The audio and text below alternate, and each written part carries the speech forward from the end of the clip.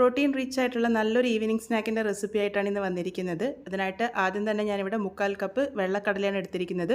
ഞാനിതിപ്പോൾ രാത്രി മുഴുവൻ സോക്ക് ചെയ്തെടുത്തിരിക്കുന്നതാണ്. മിനിമം ഒരു 10 മണിക്കൂർ എന്തായാലും സോക്ക് ചെയ്തെടുക്കണം. അതിനുശേഷം വെള്ളമൊക്കെ മാറ്റിയിട്ട് ഞാനിവിടെ കുക്കറിൽ ഇട്ട് കൊടുത്തിട്ടുണ്ട്. മുങ്ങാൻ പാകത്തിന് വെള്ളം ഒഴിച്ചിട്ടുണ്ട്. ആവശ്യത്തിന് ഉപ്പും ഒരു 1/4 ടീസ്പൂൺ മഞ്ഞൾപ്പൊടി ഇട്ടിട്ട് ഇതൊന്ന് വേവിച്ചെടുക്കാം. മീഡിയം ടു ഹൈ ഫ്ലെയിമിൽ വെച്ചിട്ട് ഒരു 4 വിസിൽ വരുന്നത് വരെ വേവിച്ചെടുത്താൽ മതി. ഇത് ഒരുപാട് ഉടഞ്ഞു പോകരുത്, അത് പ്രത്യേകം ശ്രദ്ധിക്കണം. അപ്പോൾ കടലയൊക്കെ നന്നായിട്ട് തന്നെ വെന്ത് വന്നിട്ടുണ്ട്. ഈ ഒരു പാകത്തിനായാൽ മതി. അതിലെ വെള്ളമൊക്കെ മാറ്റിയിട്ട് മിക്സറിൻ്റെ ജാറിലിട്ട് ഇതുപോലെ ഒന്ന് അരച്ചെടുത്തിട്ടുണ്ട്. വെള്ളം കംപ്ലീറ്റ് ആയിട്ട് മാറ്റിയിട്ട് വേണം അരച്ചെടുക്കാൻ വേണ്ടിയിട്ട്. ഇനി ഒരു പാനിലേക്ക് ഞാനിവിടെ 2 ടീസ്പൂൺ എണ്ണ ഒഴിച്ച് കൊടുത്തിട്ടുണ്ട്. ഇതിലേക്ക് ഒരു മീഡിയം വലുപ്പത്തിലുള്ള സവാള ചെറുതായിട്ട് അരിഞ്ഞതും 4 അല്ലി വെളുത്തുള്ളി ചെറുതായിട്ട് അരിഞ്ഞതും ഒരു ചെറിയ പച്ചമുളക് ചെറുതായിട്ട് അരിഞ്ഞതും കൂടെ ചേർത്തിട്ടുണ്ട്. ഇത് ഒരുപാട് വഴറ്റിയെടുക്കേണ്ട, അതൊന്ന് ചെറുതായിട്ട് വാടി വരുന്നത് വരെ മാത്രം വഴറ്റിയെടുത്താൽ മതി. ഇതുപോലെ ഒന്ന് വാടി വന്നതിന് ശേഷം നമുക്ക് ഫ്ലെയിം ഓഫ് ചെയ്തിട്ട് നമ്മൾ നേരത്തെ തയ്യാറാക്കി വെച്ചിരിക്കുന്ന വെള്ളക്കടലയുടെ മിക്സിലേക്ക് ഇത് ചേർത്ത് കൊടുക്കാം.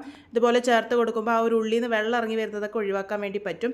ഇനി ഇതിലേക്ക് മസാലകൾ ചേർക്കാം. ഇതിലേക്ക് 1.5 ടീസ്പൂൺ മല്ലിപ്പൊടി, 1 ടീസ്പൂൺ മുളക് പൊടി, 1/2 ടീസ്പൂൺ ഗരം മസാല, 1/4 ടീസ്പൂൺ സാധാരണ ജീരകത്തിൻ്റെ പൊടി, ഒരു 3/4 ടീസ്പൂണോളം ചാട്ട് മസാല ചേർത്തിട്ടുണ്ട്. ചാട്ട് മസാല കയ്യിലില്ലാന്നുണ്ടെങ്കിൽ ലെമൺ ജ്യൂസ് ചേർത്താലും മതിയാകും. ഇതിലേക്ക് ഇനി കുറച്ച് ഉപ്പും കൂടെ ചേർത്ത് കൊടുക്കാം. നേരത്തെ കടല വേവിക്കുമ്പോൾ ഉപ്പ് ചേർത്തിരുന്നു, അത് മനസ്സിൽ കണ്ടിട്ട് വേണം ഇട്ട് കൊടുക്കാൻ വേണ്ടിയിട്ട്. ഇതിലേക്ക് 2 ടേബിൾ സ്പൂൺ കോൺഫ്ലോറും അതുപോലെ തന്നെ കുറച്ച് മല്ലിയില ചെറുതായിട്ട് അരിഞ്ഞതും കൂടെ ചേർത്ത് കൊടുത്തിട്ടുണ്ട്. കോൺഫ്ലോറിന് പകരം നിങ്ങൾക്ക് അരിപ്പൊടി വേണമെങ്കിലും ഉപയോഗിക്കാവുന്നതാണ്.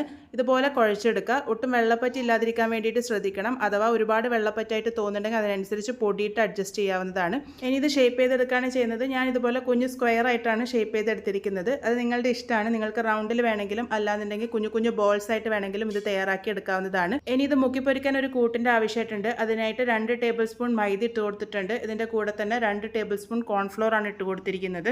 ഇതിലേക്ക് 1/2 ടീസ്പൂൺ ചില്ലി ഫ്ലേക്സ് ചേർത്തിട്ടുണ്ട്. ഒരു 1/4 ടീസ്പൂൺ ഉപ്പും കൂടെ ചേർത്ത് കൊടുക്കാം. അതിനുശേഷം കുറച്ച് വെള്ളം ഒഴിച്ചിട്ട് നല്ല ലിക്വിഡ് ആയിട്ടുള്ള കൂട്ടാണ് തയ്യാറാക്കി എടുക്കേണ്ടത്. ഒരുപാട് കട്ടിയുള്ള കൂട്ടല്ല, ഒരല്പം ലിക്വിഡ് ആയിട്ടുള്ള കൂട്ടാണ് തയ്യാറാക്കി എടുക്കേണ്ടത്. അതിങ്ങനെ കവർ ചെയ്തെടുക്കാൻ മാത്രമേ വേണ്ടൂ.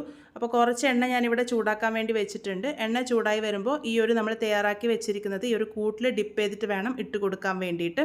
എന്നിട്ട് ഇത് മീഡിയം ഫ്ലെയിമിൽ വെച്ചിട്ട് കുക്ക് ചെയ്തെടുക്കാം. ഒരു ഭാഗം ഫ്രൈ ആയിട്ട് വരുന്നത് വരെ വെയിറ്റ് ചെയ്യുക. ഒരു ഭാഗം നന്നായിട്ട് ഫ്രൈ ആയി വന്നതിന് ശേഷം നമുക്കിത് മറിച്ചിട്ട് കൊടുക്കാം.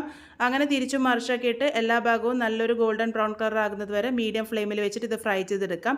പുറമേ നല്ല ക്രിസ്പി ആയിട്ടാണ് ഈ ഒരു പലഹാരം കിട്ടുക. ഇതിപ്പോൾ പാകത്തിന് റെഡി ആയിട്ടുണ്ട്. ഈ ഒരു കളറാകുമ്പോൾ നമുക്കിത് എണ്ണയിൽ നിന്നും കോരി മാറ്റാം. ഇതേപോലെ തന്നെ ബാക്കിയുള്ളതൊക്കെ റെഡിയാക്കി എടുക്കാം. വളരെ സിമ്പിളായിട്ട് തയ്യാറാക്കി എടുക്കാൻ വേണ്ടി പറ്റുന്ന വെള്ളക്കടല ഉപയോഗിച്ചുള്ള നല്ല പ്രോട്ടീൻ റിച്ച് ആയിട്ടുള്ള ഒരു സ്നാക്കിൻ്റെ റെസിപ്പിയാണ് ഇന്ന് കാണിച്ചു തന്നിരിക്കുന്നത്. എല്ലാവരും എന്തായാലും ട്രൈ ചെയ്ത് ഫീഡ്ബാക്സ് ഒക്കെ പറയണേ.